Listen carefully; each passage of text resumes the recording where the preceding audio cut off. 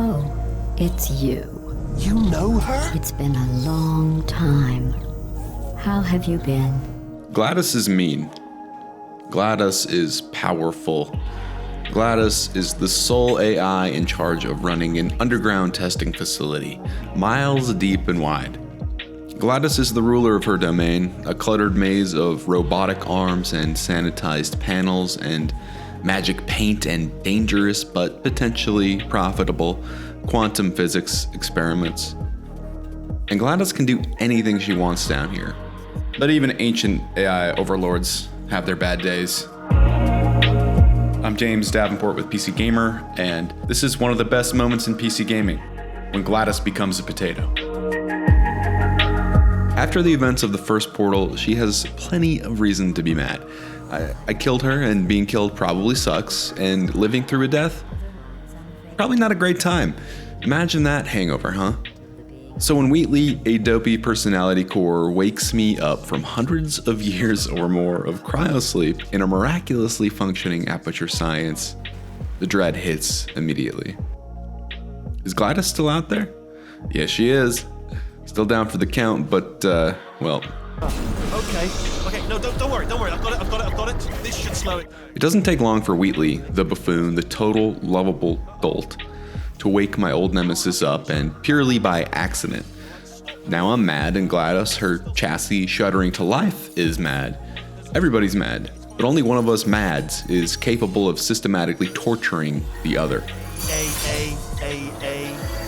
The scales are tipped all the way in GLaDOS' direction, much like the whole of the original Portal.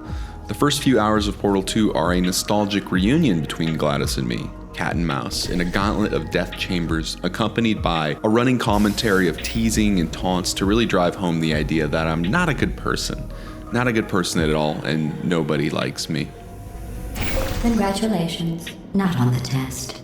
Most people emerge from suspension terribly undernourished. I want to congratulate you on beating the odds and somehow managing to pack on a few pounds. It's a little too much like the first game, honestly. But just before getting too cozy in centuries-old toxicity, Wheatley makes a fascinating mess of things again. With a little help, the guy goes and transplants himself into the Aperture mainframe, kicking GLaDOS out and stuffing her into a potato. It's cute and cruel, a total reversal both symbolically and literally between the power of Wheatley and GLaDOS. She, the smart one, is dumped into a potato, while the potato-brained one gets run of the place. Ah! See that? That is a potato battery. It's a toy for children, and now she lives in it. It's actually a clever play by Wheatley, who probably got the idea from a science fair put on by literal children, proof that not only Wheatley can learn, but he can apply knowledge, as long as it's delivered via glitter glued to decorated poster board. And 40 potato batteries. Embarrassing. I mean, I realize they're children, but still, low-hanging fruit and all that. Wheatley, too naive to deal with his newfound power, goes wild and sends everyone down a long, like so very, very long tunnel. And from then on, more accurately, once the birds have had their fun, GLaDOS is my unwilling partner in crime. I think I hear the...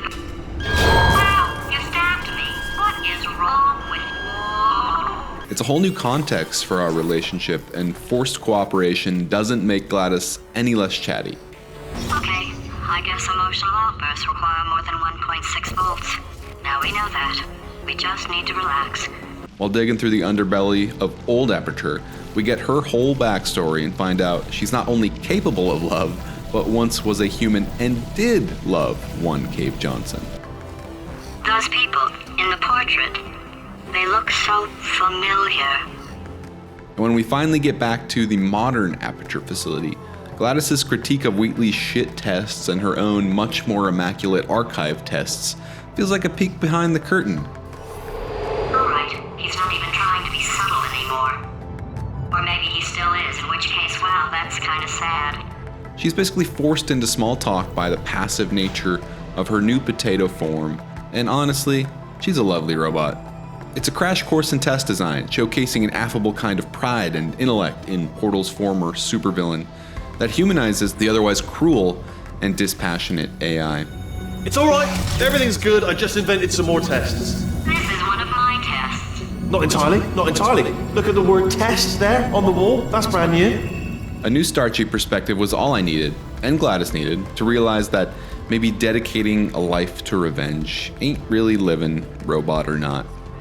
Baking GLaDOS into a potato was the perfect way for Valve to make her more than a bad guy, and in a way that doesn't retroactively stamp out her imposing, dominant energy.